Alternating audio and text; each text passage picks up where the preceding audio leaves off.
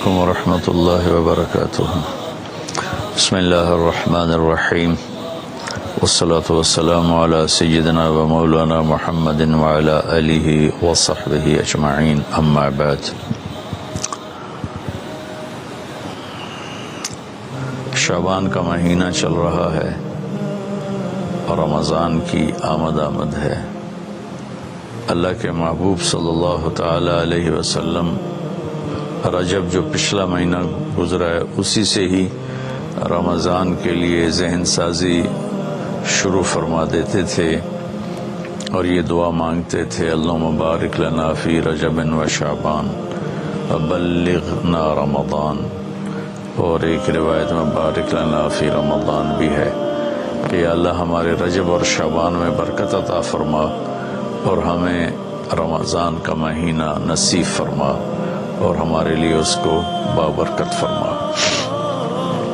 اور شعبان میں آپ کثرت سے روزے رکھتے تھے اور اس میں 15 شعبان کے بارے میں اس کے فضائل موجود ہیں احادیث پاک میں، اور فیہا یفرق کل امر حکیم امرا من عندنا انا کنا مرسلین، سورہ دخان کی یہ آیت ہے شروع کی، حامیم الکتاب المبین انا انزلناہ فی لیلۃ مبارکۃ۔ تو بعض مفسرین اس سے 15 شعبان لیتے ہیں اور کچھ لیلۃ القدر لیتے ہیں۔ تو 15 شعبان کے روزے کا اہتمام یہ ہر دور میں اللہ کے نیک بندے اس کا اہتمام فرماتے رہے، اور حدیث پاک میں بھی اس کی فضیلت آتی ہے کہ اس رات حدیث صحیح ہے، ان اللہ یطلع علی اہل الدنیا، اللہ تبارک و تعالی ساری دنیا کے انسانوں پر اس رات میں اپنی نظر کرم فرماتے ہیں اور ان کی بخشش کے فیصلے فرماتے ہیں، سوائے 2 شخصوں کے، الا المشرک والمشاہن، ایک جو شرک کرنے والا ہو یعنی غیر مسلم ہے، مشرک ہے جو ایمان سے محروم ہے، اور دوسرا مشاہن کون ہے؟ کینہ رکھنے والا، ایک دل کی کیفیت ہے بغض اور اس سے شدید ہے کینہ۔ بغض ہوتا ہے کہ مجھے کسی سے نفرت ہو گئی، اس کیفیت کا نام بغض ہے، اور کینہ اس سے شدید ہے کہ نفرت بھی ہے اور اس سے نقصان پہنچانے کا پکا ارادہ بھی ہے۔ اس کیفیت کو، جس میں کسی کو نقصان پہنچانے کا ارادہ چل رہا ہو، اسے شحناء کہتے ہیں، اور اس کیفیت والے کو مشاحن کہتے ہیں، اور ہماری زبان میں اسے کینہ کہتے ہیں۔ تو اس رات میں اللہ تعالیٰ بخشش فرماتے ہیں۔ اس رات کا روزہ اللہ کے محبوب صلی اللہ تعالی علیہ وسلم رکھا کرتے تھے، اور بعض روایت میں 1 سال کے صغیرہ گناہوں کی بخشش کی بھی فضیلت بیان کی گئی ہے۔ بہرحال ہر دور کے صالحین، علماء، صوفیاء اس روزے کا اہتمام فرماتے چلے آئے ہیں۔ اس رات کا اگر کچھ قیام ہو جائے اور روزہ رکھا جائے تو ہمارے اعمال میں ایک اچھے عمل کا اضافہ ہے اور ہماری نیکیوں میں اضافہ ہے، اور اس کے لیے اپنے آپ کو اگر کسی سے نفرت ہے تو پاک کیا جائے، بغض ہے تو اسے دور کیا جائے، کسی کے ساتھ ایسی دشمنی پیدا ہو گئی ہے کہ شیطان ہمیں وہاں تک پہنچا چکا ہے کہ ہم اس کو نقصان پہنچانا چاہتے ہیں، اس سے بھی اپنے آپ کو بچا لیا جائے کہ ایک دن فیصلہ اللہ تعالیٰ نے کرنا ہے۔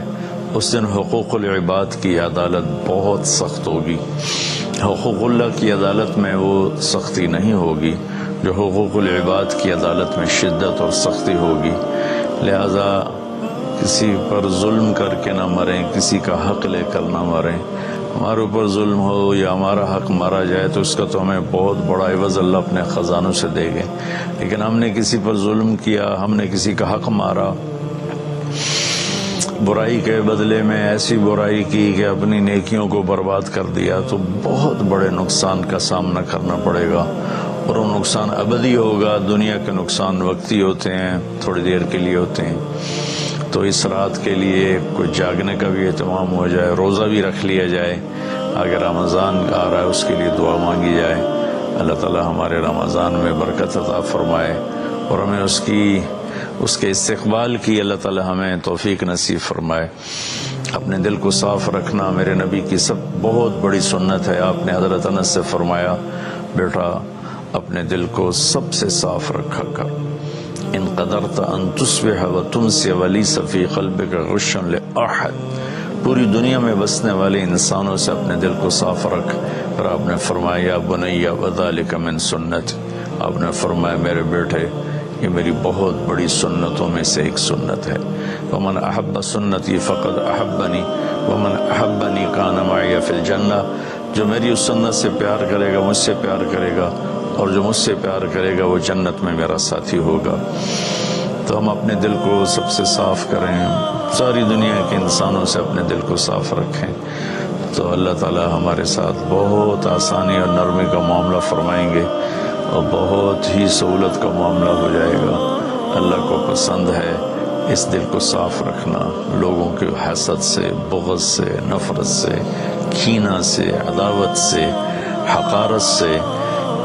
میرے نبی نے فرمایا کسی انسان کے برا ہونے کے لیے بس اتنا ہی کافی ہے کہ دوسروں کو حقیر جانے، بحسب امرئ من الشر ان یحقر اخاہ المسلم، کسی انسان کے برا ہونے کے لیے ضروری نہیں کہ وہ بہت بڑے بڑے گناہ کر رہا ہے تو وہ برا ہے، وہ بھی برے ہیں، لیکن آپ نے فرمایا کہ کسی کے برا ہونے کے لیے اتنا ہی کافی ہے کہ اوروں کو حقیر سمجھے، اپنے آپ کو اچھا سمجھے۔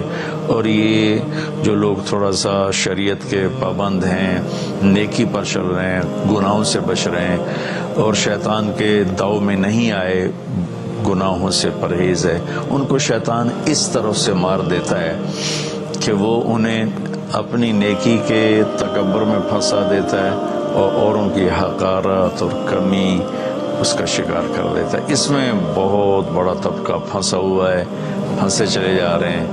اس سے اللہ تعالیٰ مجھے بھی بچائے، آپ کو بھی بچائے، سارے سننے والوں کو بچائے۔ تو ہم اس شعبان کے مہینے میں رمضان کی تیاری کریں۔ 15 شعبان کا اگر روزہ رکھا جائے تو بہت بڑی فضیلت ہے، رات کو جاگا جائے، کوئی خاص عمل کوئی نہیں 15 شعبان کا۔ ہمارے یہاں بدعات بھی شروع ہو جاتی ہیں، کوئی مسجدوں میں اکٹھے ہو کے کوئی صلاۃ تسبیح پڑھ رہا ہے، کوئی کچھ کر رہا ہے، کوئی کچھ کر رہا ہے۔ اس رات کا کوئی مخصوص عمل کوئی نہیں ہے، اس رات کا مخصوص عمل بس دعا ہے، تہجد ہے، تلاوت ہے، انفرادی طور پر ہے، اجتماعی طور پر کرنا کہیں سے ثابت نہیں ہے۔ کہیں اکٹھے ہو کر کر لیں تو کوئی، یہ میں نہیں کہہ رہا ہوں کہ انہیں غلط کیا ہے، لیکن پیچھے ہمارے تاریخ میں، اسلامی تاریخ میں یہ چیز ملتی نہیں۔ انفرادی عبادت ہی ہے، وہی زیادہ بہتر ہے۔ اللہ تعالی ہمیں عمل کی توفیق بخشے۔ السلام علیکم۔ والحق يسود